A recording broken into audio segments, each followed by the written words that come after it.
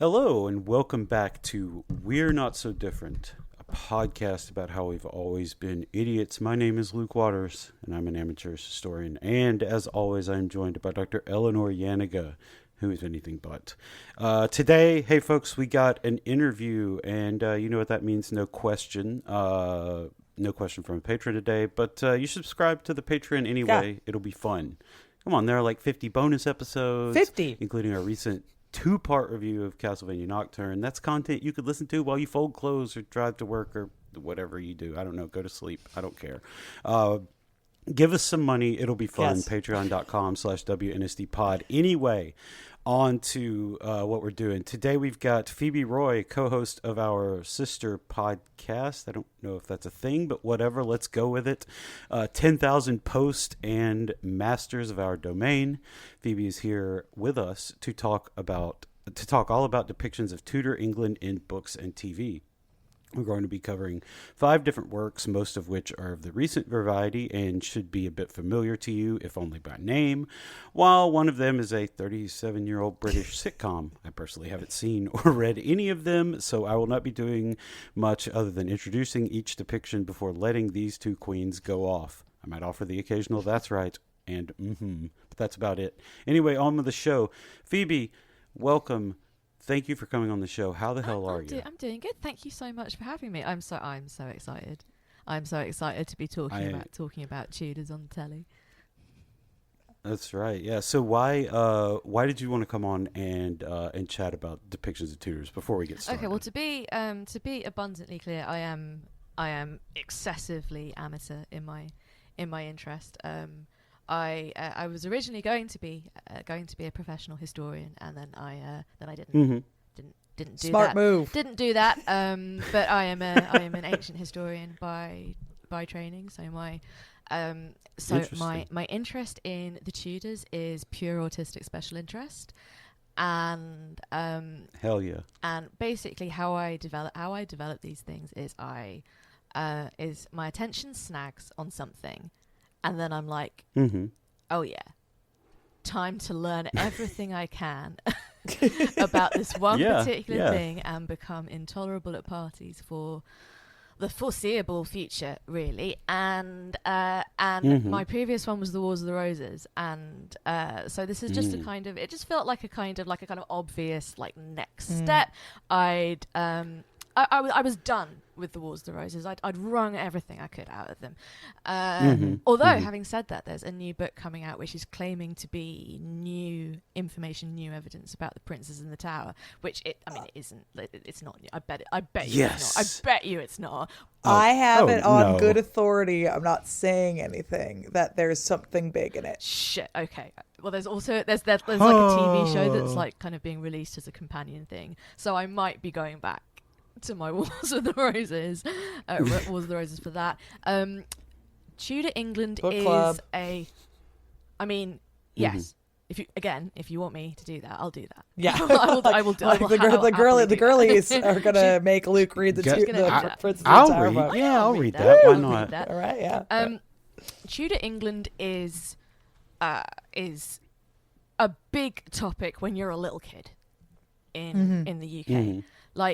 It's just something that it's just assumed that you do the basics of Tudor England. You have to learn how to draw a Tudor rose, and you know about the wives, and you know about Bloody Mary. You know the beats. You know the kind of the basic beats, and then you don't really learn anything about it at all unless that's what you specialize in at kind of degree level. So when I kind of went back to it, I was like, oh, this is really interesting because I'm really fascinated by how much I remember from being maybe 8 and also being super into the Tudors, to the extent that I really, really wanted to learn more about the Tudors when I was at secondary school. And I was, as a result, I was never a particularly good historian because you could never get me interested in something that I wasn't already interested in. And yes, absolutely correct. Absolutely. Yes. I was never good at being, and I know that this is bad. I couldn't get a handle on an interest in social history. I knew how important it was to know what like ordinary people were doing at various historical periods, but I just did not care, and I could not make myself care. and that would have, I think, put a little bit of a scupper on my potential career, and also likely. I mean, potentially. Like, if I'm always going to be like, yeah, but what was Caesar saying? Oh, you want to talk about ordinary Romans? Yeah, no, sorry. I'm so sorry. So you want to play like dolls? Like that's the thing. Exactly. Like, yeah, no, I feel it. Exactly. And so you would think that for somebody like me, historical fiction's like ideal because it's the storytelling and it's the interesting people. But bad news, autistic special interest. I also want them to be really, really, really accurate. And they are so rarely really, really accurate. So I'm not that keen either. So what I basically want is like how they used to teach history in like the 1920s. So basically they told you a bunch of stories about kings and emperors and great armies and the rise and fall of civilizations. But no one ever made you sit in a library looking at a bunch of like tablets or epigraphs. Great man theory. Yeah. There we go. Yeah, I'm single-handedly bringing back the great man theory of history. It's the only one I like. This this podcast definitely is a big fan of playing into special interests and hyperfixations, which is a good way of saying that we're going to be starting that series on Andor on the Patreon at the end of the month, so check that out. Definitely unrelated to any of my special interests. Okay, so today, speaking of historical fictions, let's get started. The first one is Wolf Hall. Historical fiction novel written by Hilary Mantel, published in 2009. It was later made into a 6-part BBC series, which was released in 2015. Both the novel and the TV series focus on the rise of Thomas Cromwell in the court of Henry VIII from 1500 to about 1535. I haven't read or seen this one. This one's good, though. Knock yourself. Okay, so here's the thing, right? Like, I think in many ways we've structured this today's podcast like from good to bad. Like we're starting off with the stuff where I'm like, I unreservedly recommend Wolf Hall. Yeah, I'm just like, just go to town. Wolf Hall goes so hard. The detail work that Hilary Mantel does, like in terms of like, stuff Phoebe's not interested in, but like I am, but things where they'll talk about like how his household, like what his household is doing, and how like they're in the kitchen trying to figure out how to make wafers and stuff like that. It's like all this like rich detail work, which really creates kind of Tudor London very visibly, while at the same time doing like big boy political stuff, which is very cool. Yeah. Hilary Mantel, very sadly died a couple of years ago, and she had so much more to give, and it's the only historical fiction that I've ever read that I have not hated. So I think that's potentially significant. I think she was a genius. I don't think it's too strong a word. She was a truly brilliant writer. She should have. In fact, I think that she'll be awarded a posthumous Nobel in the future. She certainly deserves to be. Wolf Hall is the first of a trilogy.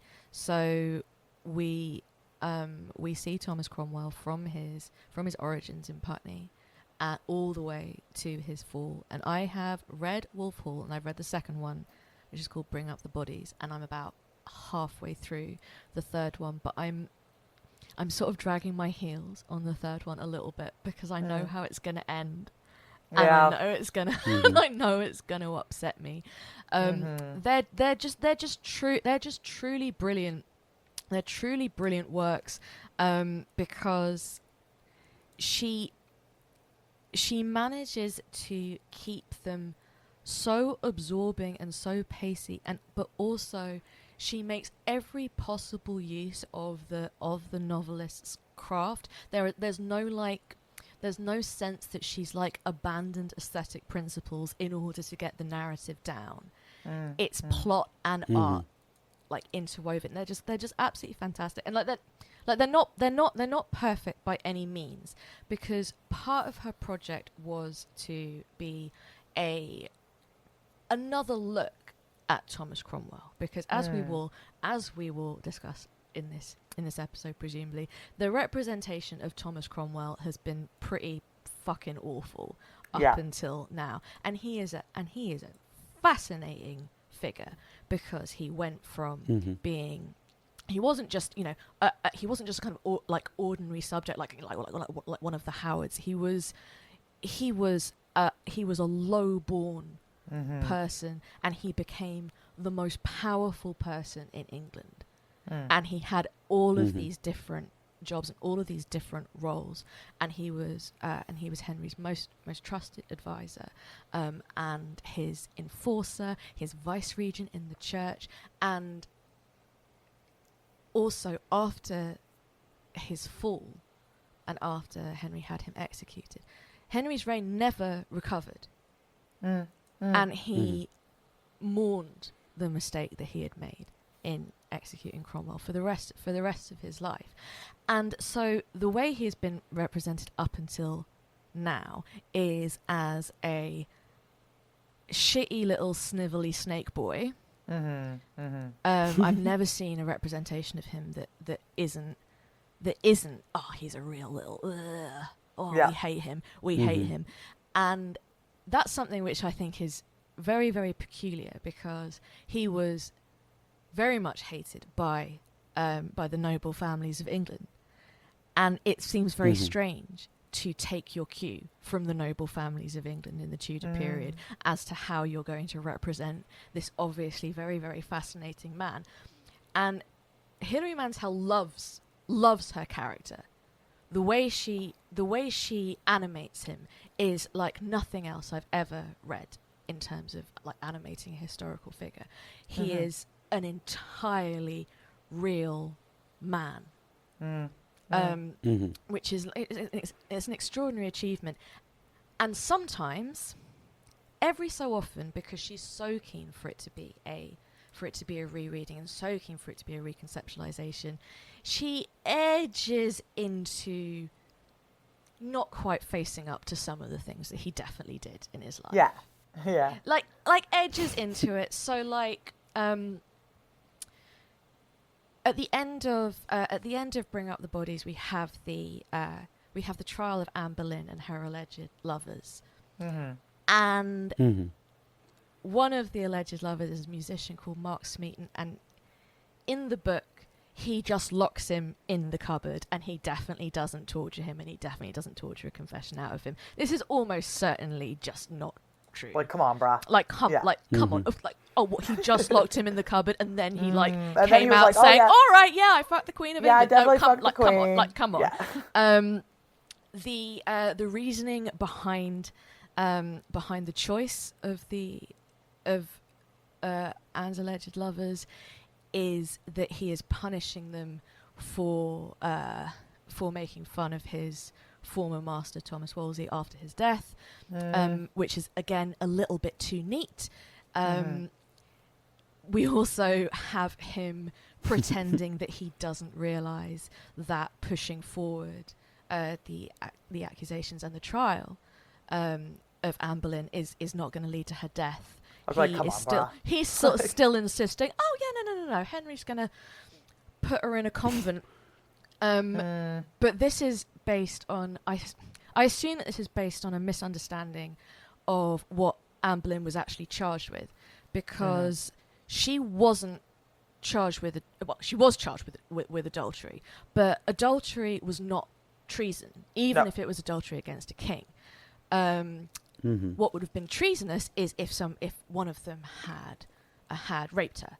So it's treasonous to rape a queen, but it is not treasonous for a queen to have a lover. It's not ideal, and it would be almost certainly grounds for grounds for annulment, which was Henry's first, kind of gambit. But what she was charged with was treason, and there's also this idea that she was charged with witchcraft. Also, not true. This is a kind of much, much, much later kind of invention and confection that Anne was meant to have been charged with witchcraft. No, she was just they definitely they messed around with some legal definitions in order to have her charged with treason. But in the book, we still have Cromwell saying, yeah, well, yeah, it's probably going to be fine. Yeah, this matter is very much out of my hands. But the matter is not out of his hands. He is the one that questions her, tortures some people, and tortures some people. He is the energizing and animating force behind Anne's eventual execution. I say eventual execution. I don't know how many days it was between trial and execution, but it's very few. It's pretty fast. It was done really, really quickly. So there are bits and pieces where you're a bit like, Hilary, I know you love him, but you don't need to make this level of apology. Yeah, and I do feel like it could have been really quite interesting to maybe portray him really grappling with that, where it's like, like even just like, I've painted myself into a corner. Yeah. Guess I'm torturing people now. Yeah. Which is not necessarily, I guess, against the character she's created either, because he is a scrapper. And it could have been quite complex, I think. Yeah. But having said that, I think it's quite sweet. It's almost like affectionate. It definitely is affectionate, and so I sort of forgive it. But by the same token, there is a certain bit of come on now. Like, girl, you just could, like. But still, I think that it is. You do have things like that, but of adaptations that we get, it's one of the closest to having some kind of accuracy. Because people will just like go full like soap opera bodice ripper, crazy style on some of these.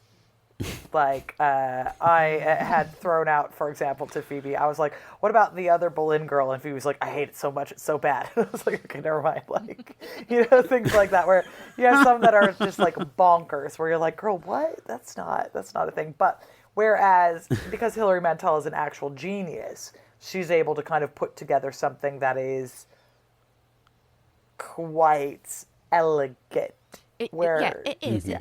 It's very elegant, and I mean on the other Boleyn girl front, I'm not going to go on about it too much because I really could for quite some time. But considering that Philippa Gregory is very interested in revisiting women in history, which I think is an admirable thing to do. So what I find so extraordinary, and I've also heard her in interviews describe Henry VIII as a misogynist, which I have to say I think is a little bit anachronistic. Tudor England was extremely misogynist, and he was the king. Like, how advanced in his thinking do you expect him to be? And I think she sort of had this idea that he kind of deliberately went around looking for women to marry and then execute, and that doesn't really bear up with any close examination at all. But given that is her line, and given that she is so interested in bringing the women of these periods to the fore. Taking the narrative line that she does, which is Mary Boleyn is so much nicer and softer and prettier, and she's the one who Henry really loves until Anne steals him. Oh yeah, and you know the horrible specious accusation that she had sex with her brother? What if she actually totally did have sex with her brother? Like, come on, man. Like, are you joking? Yeah, it's like we don't resuscitate women by going after other women. Well, exactly. And it's like the other Boleyn girl is one of the more hostile things I've ever seen towards Anne Boleyn herself. And apart from the Tudors, of course, which we will no doubt get onto. But it's a very strange idea that it's not just that it's the kind of the present scholarship aims towards rehabilitating the reputation and image of Anne Boleyn. It's that it's so known that the charges were trumped up and she was kind of this horrible victim of circumstance and this horrible victim of her monstrous family and the monstrous royal family as well. That was known to me when I was 9 years old. Yeah. Because that is absolutely the kind of the consensus on the subject of Anne Boleyn. So the idea of being like, yeah, but what if she really was a scheming, traitorous slag like her uncle Thomas Howard says she was? What if that? I'm like, I'm sorry, but No. this is like one of many such cases where they hate to see a girl boss winning. Yeah. I'm afraid, you know. I'm afraid so it's like, you know, you find this with Eleanor of Aquitaine, you find this with Anne Boleyn. You know, it's like the minute a girl boss begins to win, they're like, she's fucking a relative? Question mark. You know, like, guess every time. Like, it's just like they go straight to the incest. Yeah. Each time. But her much nicer sister, he probably should have married her much nicer, sweeter sister. She was blonde. Yeah. That's better. So. Okay, we don't have to even get into it. No. But because all right, look, we're getting into the farce, so I think we need to talk about like the farce.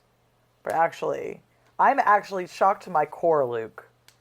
I am shocked beyond words that you've not seen Blackadder II. This is, I can't say to you, hot sex magical in the middle of my tights. You won't laugh at that. Which is I've never heard of it. Never thought you about never it. Heard of it? I'd never heard of it. No, I had not. What the entire series, or just this particular, or the Elizabethan one? Not a single Luke. bit of it at all. That is genuinely astonishing to me. Wow.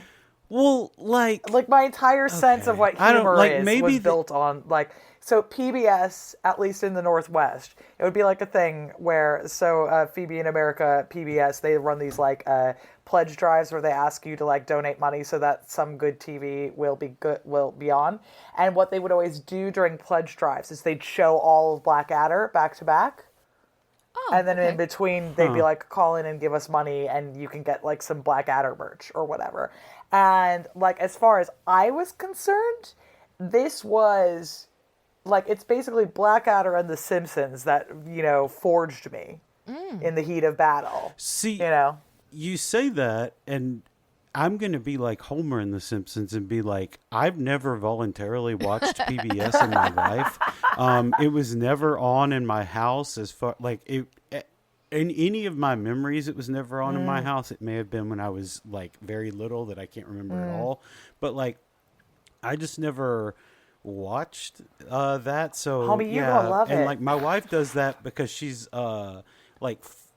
she used to watch PBS and Faulty Towers would be on it, and so she knows all about Faulty Towers and everything, and I'm just like, brah, I'm afraid we're gonna. Nope. I will hold a gun to the monitor and force you at some point in time to watch. But you don't have to watch the first season. No, you don't watch the first season. You don't have to watch the first season. Shall I explain to you what it is? Even, do that, Phoebes. Okay, so like Eleanor said, it is a super formative British comedy. I started watching it when I was a kid because my parents loved it, and I loved it as well, and would like learn great chunks of it and like make my little friends act it out with me in the garden. Like how I escaped diagnosis for so long is literally anybody's guess. But anyway, and it is about a he's kind of like he's like a James Bond figure. This guy called Blackadder who appears at important points through four different historical periods, but the first season's not canon. You don't need to watch the first series. You don't have to watch the first series. The medieval one doesn't make any sense. It's stupid. So he shows up in Elizabethan England in series 2 as Elizabeth I's court favourite. He is in series 3 in Regency England under Prince George as his kind of butler and confidant, and he finally is in the First World War is he an officer? Yeah, he's an officer. It's like a lieutenant or something where it's like he's senior, but like not so senior that he's not going to get sent. Yeah, he's in the trenches. Die. Yeah, he's in the trenches. Yeah, they're all fucking amazing. And it's like. So is he the same person? Does he have memories of the previous ones? He's a member of the Blackadder dynasty. Yeah. And they're all, it's always Rowan Atkinson, and he has the same kind of like disdain, and there's always a scheme running. And he's got the same people around him, pretty much anyway. And like just to give you a sense of how steeped into British culture Blackadder is. We had to analyze part of the final episode of Blackadder Goes Forth, which is the final one set in the First World War, as part of my English A level. No. Yeah, because it's a representation of the First World War. This was like it was in with the Wilfred Owen and the Siegfried Sassoon. And it has this very, very brilliant and very famous and moving ending where the characters have all been trying to like get out of the war. That's the whole like kind of narrative thread of Blackadder Goes Forth. It's mainly Blackadder himself trying to get out of having to fight in this war. And eventually all of his schemes fail and time has run out, and they all go over the top. And they're all gunned down, and then the scene fades in and out, and then it fades back into a field of poppies. And it's very, very sad, and it's very well done. And this is what I had to write about for part of my English A level. Yeah, and it's a really incredible piece of things because you're just watching like this silly comedy, and then suddenly you're like, I'm not having fun anymore. This is now sad. It's really effective. I am now sad. Yeah. But like Blackadder the Second is. I'm sorry. Like this is amazing to me because I'm like, I'm going to force you to watch. I'm just learning about this that it is so fundamental to you that you wrote about it in like in like it course, wasn't like, that wasn't my choice. It's what we were presented with. Yeah. No. I'm saying like it was something that was so so fundamental in England that they were just like, and we're going to have you do this. And everyone's just like, yeah, sure. Why not? That sounds If you say good. To a British person over the age of, I would guess like 25, if you say to them, who's Queen? They will know what you mean. And that's Blackadder II, baby. Yeah, it's Blackadder II, baby, which is Elizabeth I. It's one of my favorite representations of Elizabeth I. So good. She's played by Miranda Richardson. She's so good. And she is just so fucking good in it. She is so funny. And the way they cast Elizabeth I is as this like loathsome psychotic brat. Who keeps everyone who keeps everyone on like kind of dancing on this like knife's edge, like being afraid of like falling into her disfavor. And getting killed. and getting like and getting killed for it, and she throws tantrums, and she shrieks at people, and she always has like her nurse still with her, and she's just this like kind of like horrible little bratty monster. I mean, just incredible stuff. I was about to say, it's so hard to come up with your favorite one of this. I love the one with Lord Flashhard. Incredibly good. But also the one where there's the drinking contest, and then at the end, she ends up she wants to take part in a drinking contest, and they're like, no girls allowed.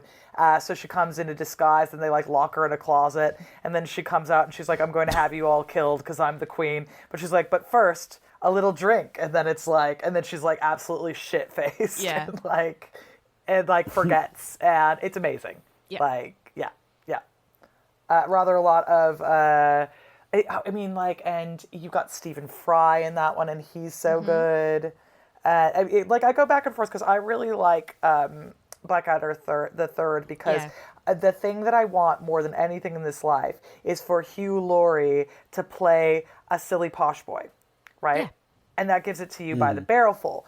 But Blackadder II has Stephen Fry, and as far as I'm concerned, the two, they're different sides of the same coin. That's about right, I'd say.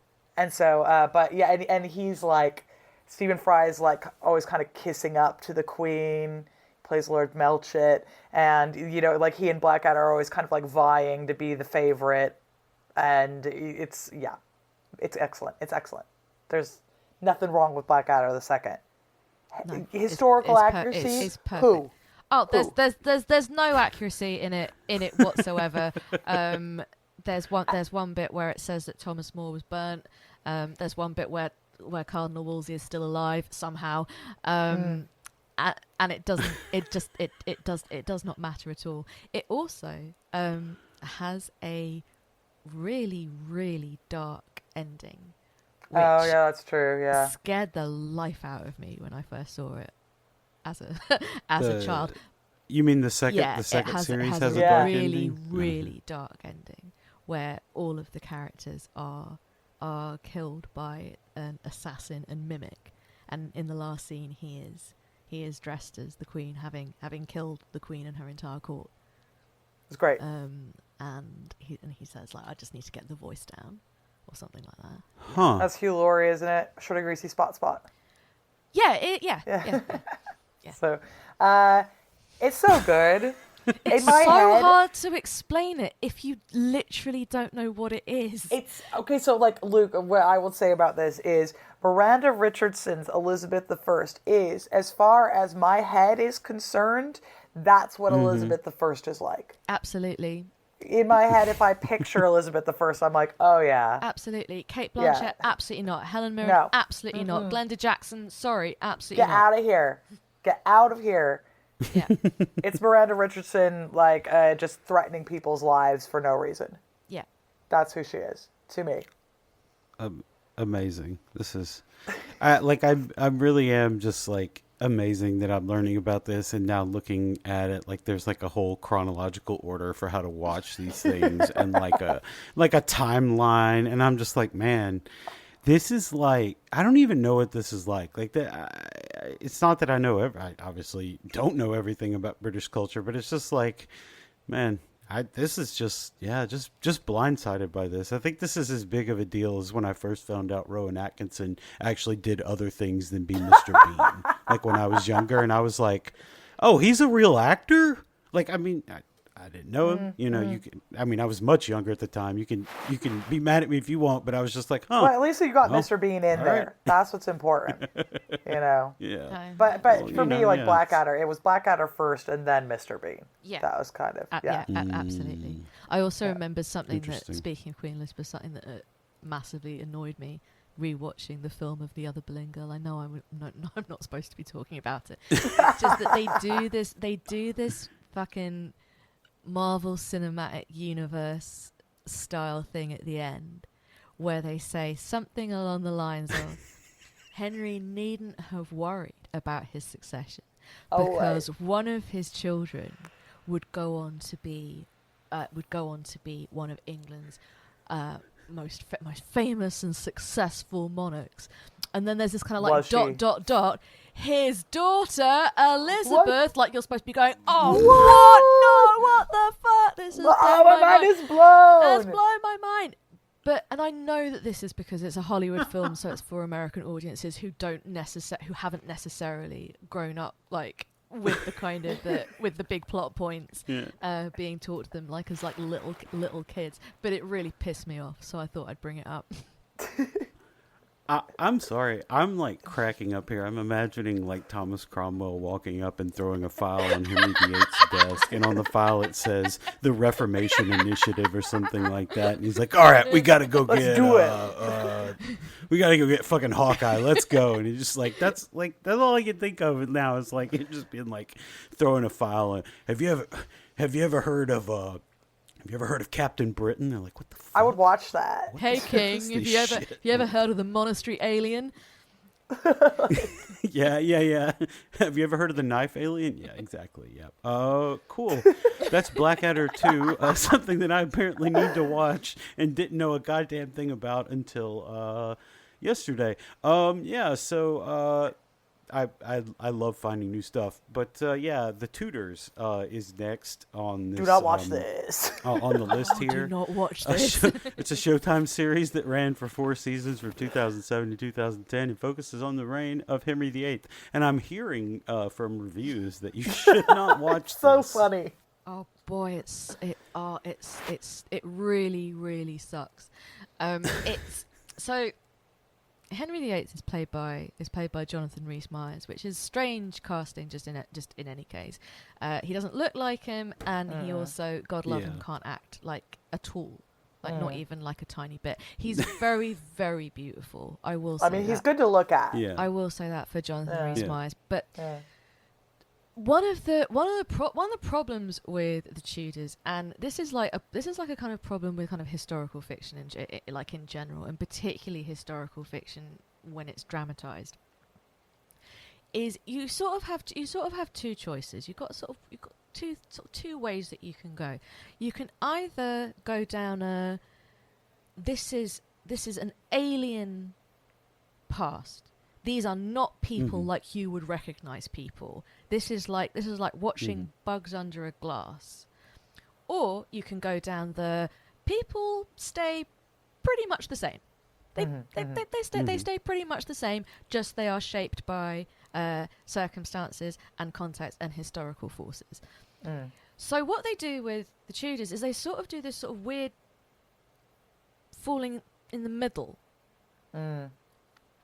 And some people speak in kind of really anachronistic modern parlance, and some of them speak in kind of contemporary Tudor, no, not I chat, which is very, very difficult. But it's mainly like completely humorless.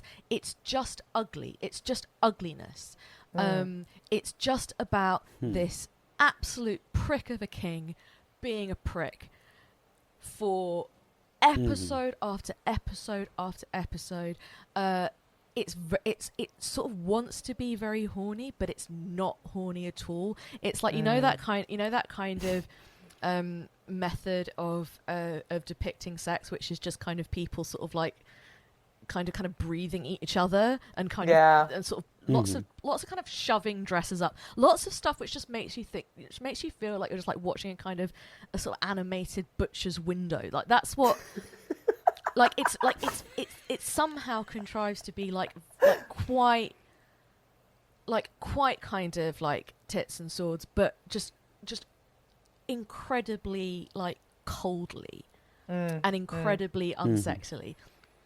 Which, I mean, to be fair, that is kind of, I do feel like Henry VIII is a prick who was unsexy. Oh yeah, he's definitely a prick. But one of the things that Hilary Mantel does so beautifully is you are reminded of his charisma and his intellect and how beguiling he is capable of being. The Henry of the Tudors he's just a tosser. He's just a kind of horrible tosser, and like a bit of a kind of lechy creep as well. Like he's always kind of sort of slobbering. It's absolutely bizarre to my mind to have no humor at all in a historical adaptation, and for it just to be kind of like grinding, oh god, on relentless stuff, because humor is completely humor is one of those things which is sort of common to like every single historical period. It cannot be that it just so happened that for the whole of Henry VIII's reign, just nobody just like joked around.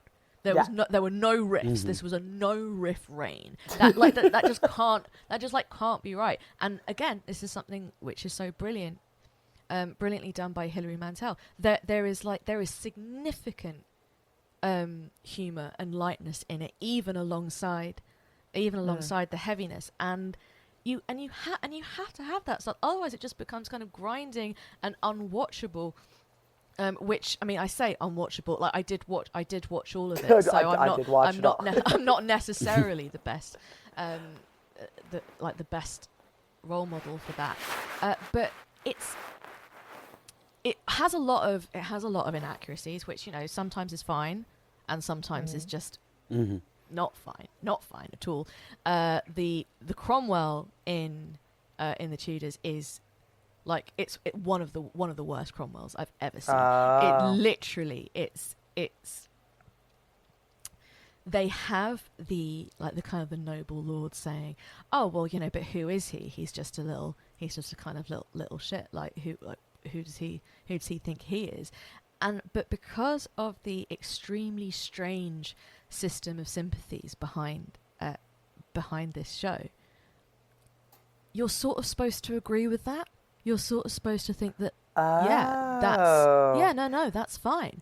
That's so weird too, because he is a horrible little villain. Well, it's like in a show where it's like, here's the king, he's a prick, he's a weird pervy prick. It's like, but by the way, nobles are good, and you should believe them. Like they're also reliable character witnesses. Yeah, it's a very strange way of looking at it, and you are not supposed to pity him in his fall. You're supposed to think that he gets exactly what he deserves, and this is what I mean about the strange system of sympathies in this program. So it's extremely hostile to the English Reformation, which I think is a strange line for a piece of historical fiction to take. I really don't think you should be kind of taking sectarian sides. Like, this is interesting because this presupposes maybe this is like a pro-Catholic show. They're all like, riffing is a Catholic trait, and also the church is good. This is the thing. It is a very, very pro-Catholic show. Weird. Which does actually paint them into some slightly tricky corners, shall we say? So it represents the English Reformation as something which is done by Thomas Cromwell obsessively and fanatically, without the real permission of Henry, who is still a good Catholic even after the break with Rome. How does this explain Wolsey? Okay, never mind. Never mind. I've asked the question. Like, great question. It doesn't. They just think, well, maybe we don't have to explain this at all. So, but the characters who are the most sympathetic are Catholic characters. There is a completely inexplicable scene where a cardinal is describing the loathsome things that some Lutherans did to his family, and he's telling Reginald Pole about the evil things that the Lutherans did to his family. But because the sympathies are so stacked one way in the way that the narrative is is put together, we also have Thomas More torturing people to death for sharing the gospel, and you're sort of supposed to think that that's fine. I hate Thomas More, so I fucking hate Thomas More. See, it's like I'm kind of like I'm kind of anti-Reformation action, especially in Britain, because I don't think you should make the king the head of the church, and also I wish we still had our monasteries, the buildings intact, and also I'm mad about the loss of documents. But you know what? I feel so incredibly strongly about fuck Thomas More. Yeah, fuck Thomas More. Like, I wake up every day and I say, fuck Thomas More. He's dead, I'm alive. I love to see it. So. You know what you are now? A man for no seasons, bitch. How about that? There you go. There you go. My coming off the top rope, and I'm heading back to the corner. Got his ass. Woo! Get fucked, you dead guy. Why did I have to read Thomas More? What was that? What did I have to read of his? Utopia? Utopia. It was fucking every time. Utopia. So they bring up Utopia in the show, and it's and another thing that they're sort of quite keen to do is because there are lots and lots and lots of characters, and quite a lot of the characters have the same first name. So every time a character shows up, somebody else addresses them by their full name, which I understand is what you sort of have to do if you're making historical fiction. It's true. They're all called Thomas. They're literally just all called Thomas. Like, come up with a new name, just one new name. Like this is why it's so nice. This is like why it's so nice when you kind of come across like sort of Charles Brandon or whatever, because at least he's just not called fucking Thomas. It's so true. At least you can just keep him straight in your mind because he's not one of the endless Thomases. There's a shortage of names available. Yeah, there's a shortage of names, and it shows Henry like consulting with Thomas More when he's writing his defense of the faith anti-Luther book that he wrote.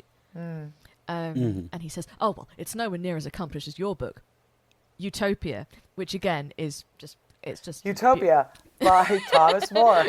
Yeah, available now from Amazon.com. Yeah, and this is not to say that it doesn't have some good performances. It has Sam Neill as.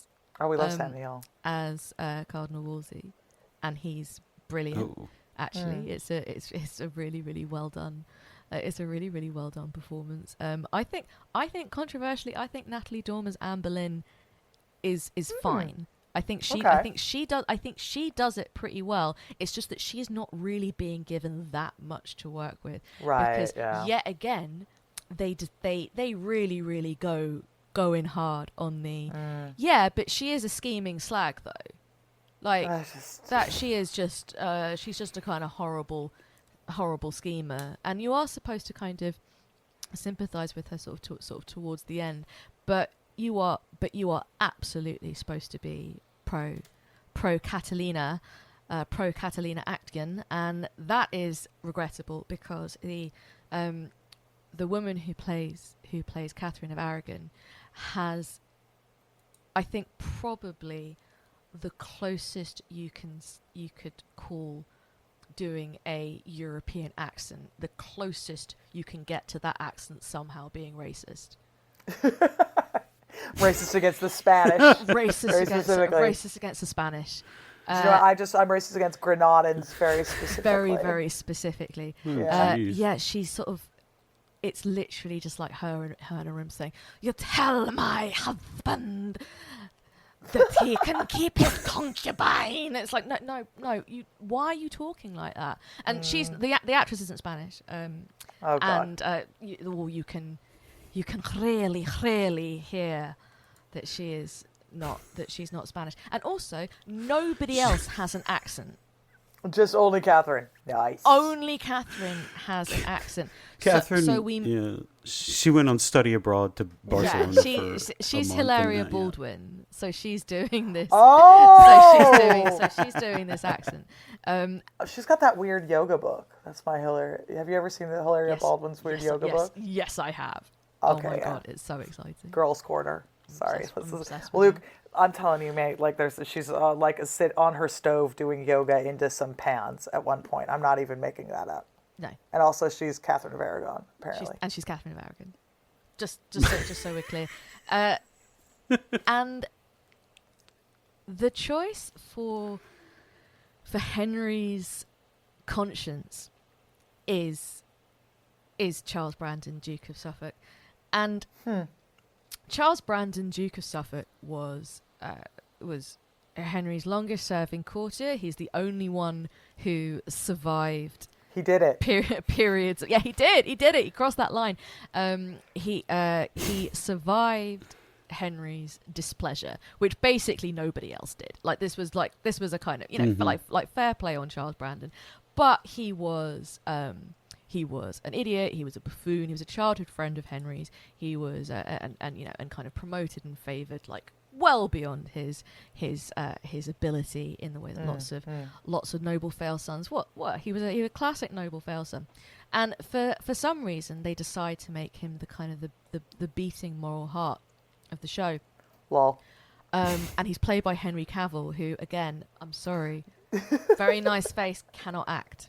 My man cannot act. Cannot act. Absolutely, God bless him. And so they show him getting like quite kind of boo-hooey when Henry lies to the participants of the Pilgrimage of Grace and pretends that he's going to show them mercy, and then he does, and he executes them all. And it shows Brandon sort of being like, oh, I'm not sure about this. I mean, he still does it. He still carries out the orders, so I don't feel that sorry for him. But he's a very strange person to choose as kind of Henry's conscience. And there is this absolutely fucking bizarro scene where he takes Thomas Boleyn to task for allowing his two children to be executed and not to even do them the grace of going to watch them be executed, and he starts like hollering at them that they're his children, and it's very strange. It's very strange that that's there, because it's true. Boleyn did save his own skin at the expense of both of his children. That is something that he did. It's never going to be a good portrayal of Boleyn. Like it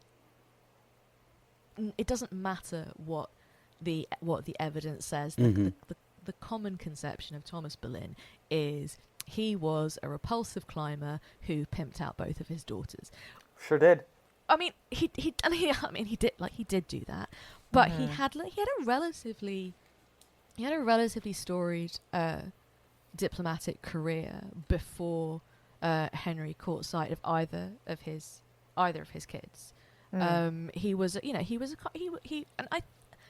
think that he was made Knight of the Garter really close to the start of Henry VIII's reign, or maybe even towards the end of the seventh. Like he was a known figure.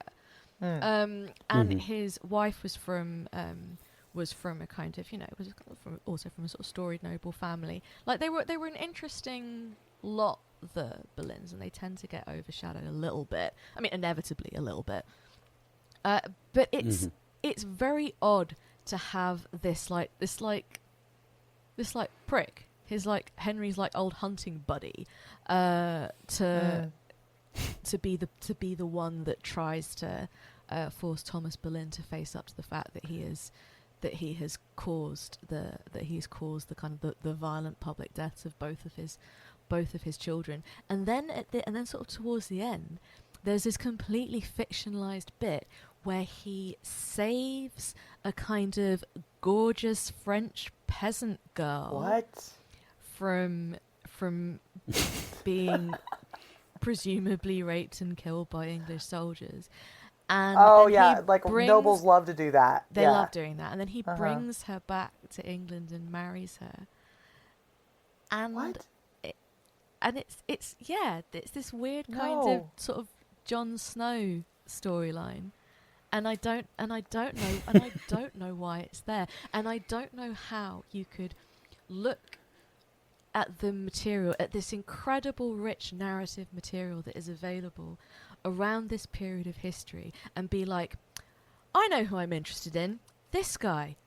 It's like a football buddy or something. It's like it's like your friend with, slight concussive injuries from too much like football, but he's still in the mix. Yeah. Like, and he's just like, and everyone's like, that's just Steve. Yeah. That's just Steve. But he is such an important part of this series. The young. I can't imagine putting that much acting weight on Henry it's not Cavill's shoulders. It's not very Good fair Lord. on him. He's good. He's good doing bombastic action stuff and doing villain monologues. He's very good as a villain in the Mission Impossible. I agree. He is a good villain, but yeah. he has to be a very particular kind of villain, and it has to be a villain where it doesn't rely on his line delivery. Exactly. Yeah. Exactly. Like, as long as he can like have a kind of fairly frozen face, frozen handsome face, and like quite a flat delivery, then that's sort of okay. That's okay for Mr. Cavill.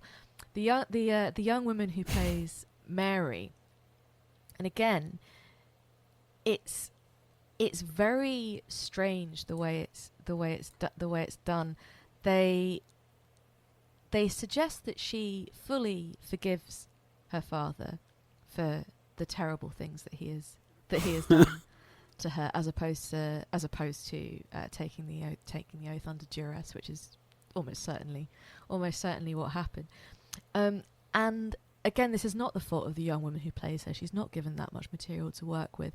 But they make her a really kind of obnoxious, kind of sanctimonious, kind of little so and so, and there's this absolutely god awful bit which really jumped out at me, where she is playing with her little sister Elizabeth, and they're talking about their new little brother Edward, who's just been born, and she is explaining to Elizabeth that boys are more important than girls.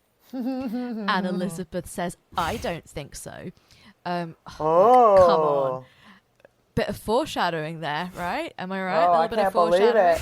Oh, I can't. Wow. Damn. But also, Mary didn't believe that either. Mary wanted to be queen. Mary wanted the throne. Mary wanted to cement herself in the succession, and she had an interest in doing that. She wasn't actually prepared to play second fiddle. Certainly not to her younger sister, but almost certainly not to her younger brother either. In fact, that's like famously kind of the thing about Mary is how loyal she was to her mom. Yeah. How her line was like, "Well, I'm the one from your legitimate marriage, Dad." And like always, that was the line, because if his marriage to Catherine of Aragon had remained legitimate, then his marriage to Jane Seymour would also have been legitimate, because he would have been a widower at the time. But it still would have raised some questions about the succession, particularly if Henry had died, as he did, when Edward was very, very young. There's no real reason to think that Mary didn't have an eye on the succession for herself, and there was before it got pretty summarily stumped out. Yeah, there were certainly sort of noble families in England who would have been willing to support Mary's claim to the throne, and she probably had reason to believe that she might have help from the Holy Roman Emperor as well, which she did get stiffed on that one. That is something that she did. She totally got stiffed. But when she became queen, she did not she did not shy away from this duty at all. And how they conceptualize it in the show is that she wants to become queen. She changes her mind and she sort of says, I will rule this country one day and I will drag it back to God and I will find all of these heretics and I will murder them all. Words to that effect. And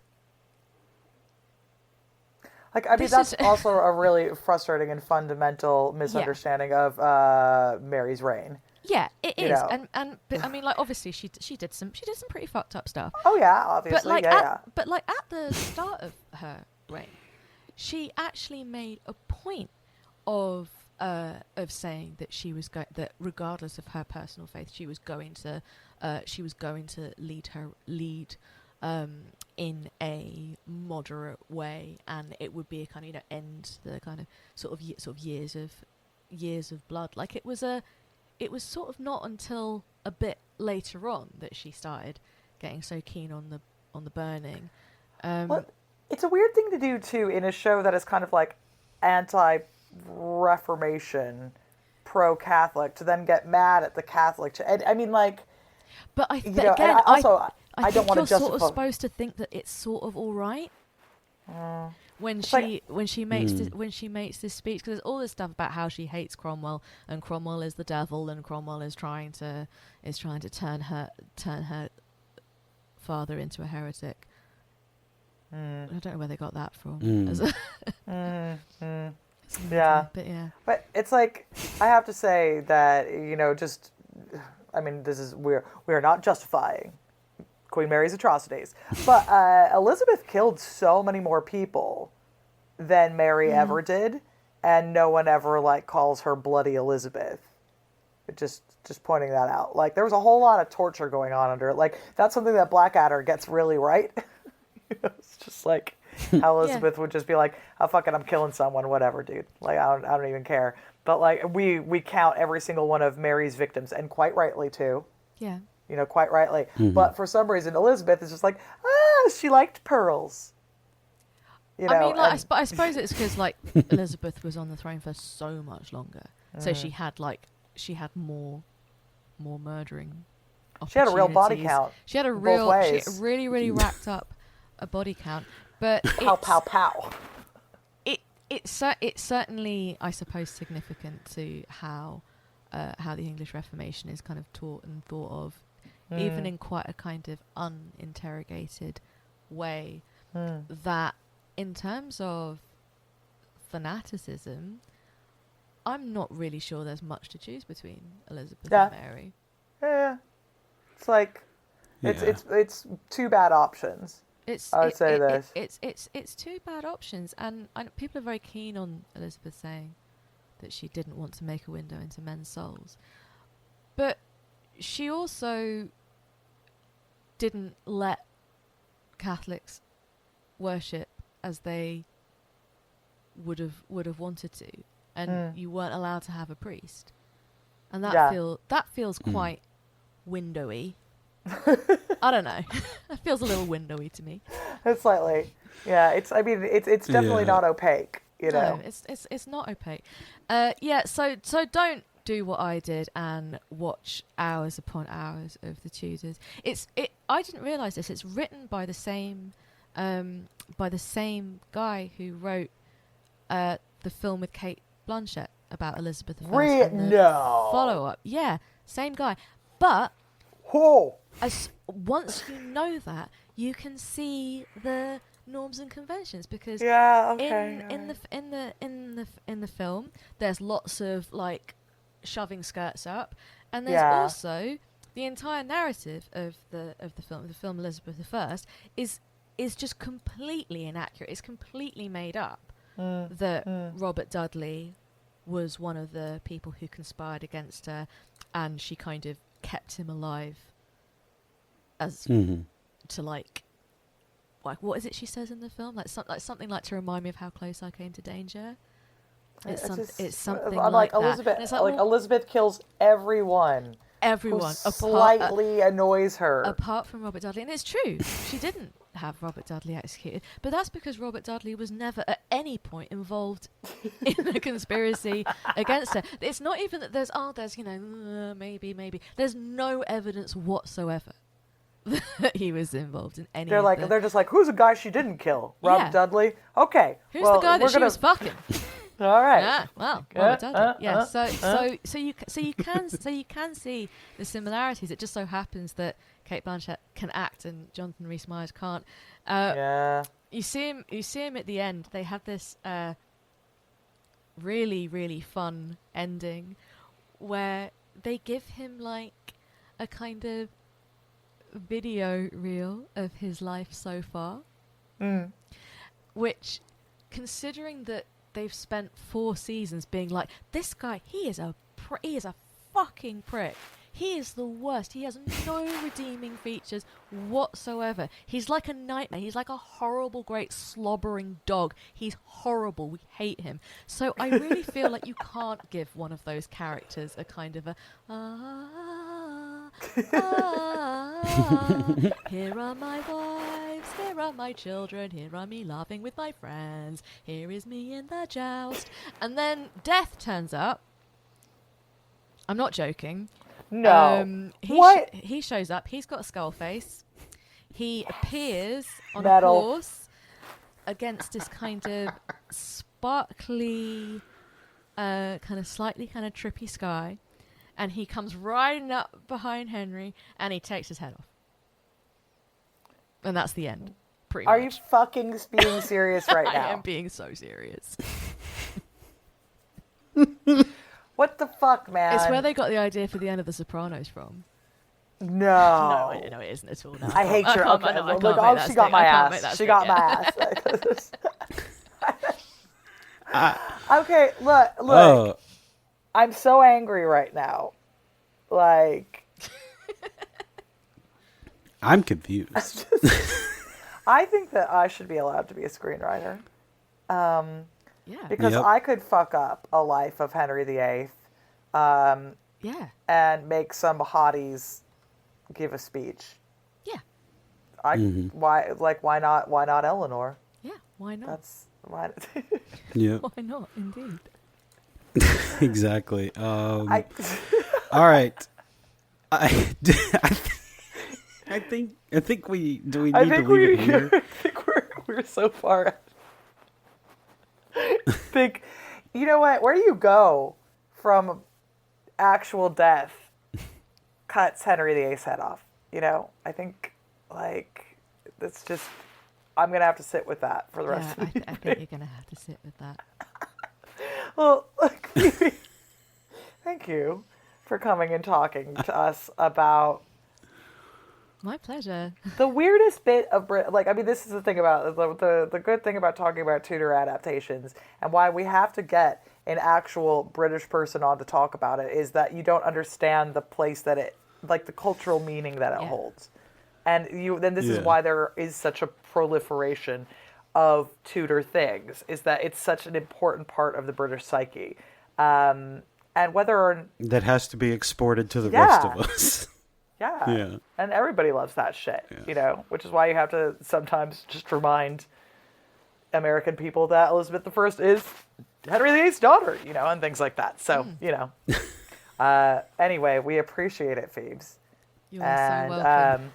And, you know, of course, where can the good people find you and your amazing work? Well, you can listen to one of my 2 podcasts. They are 10,000 Posts and Masters of Our Domain, which is a podcast about Seinfeld. You can also subscribe to my Substack, which is phoeberoy.substack.com, which is on a pause at the moment because I have not been well, but I am gonna. It's very good though. I'm writing some more stuff for it as we speak, but I've been basically laid up and more or less unable to work for a little bit. So yeah, do subscribe to that and keep a lookout for more stuff coming soon. Yeah. Well, yeah, Phoebe, thank you so much. I have learned a lot about English and Tudor culture, and I appreciate you coming on. Yeah, thank you. I think that's all we got here today. Yeah, we'll skip our plugs. The usual stuff. Find us Yeah. wherever, and yeah, we'll see you next time. Thanks for listening. Bye. Bye.